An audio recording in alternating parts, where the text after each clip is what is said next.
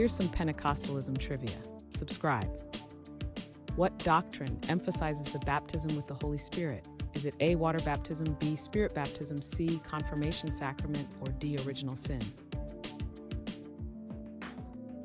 The correct answer is B, spirit baptism. In which century did Pentecostalism emerge? Is it A, 20th century, B, 15th century, C, 19th century, or D, 17th century? The correct answer is A, 20th century.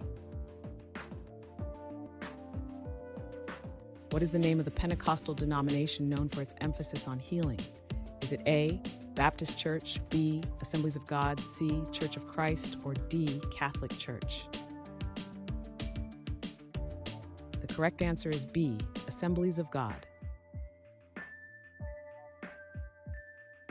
Who is known for promoting the Pentecostal message in the 20th century? Is it A, Charles Finney, B, Jerry Falwell, C, Billy Graham, or D, David Duplessis? The correct answer is D, David Duplessis.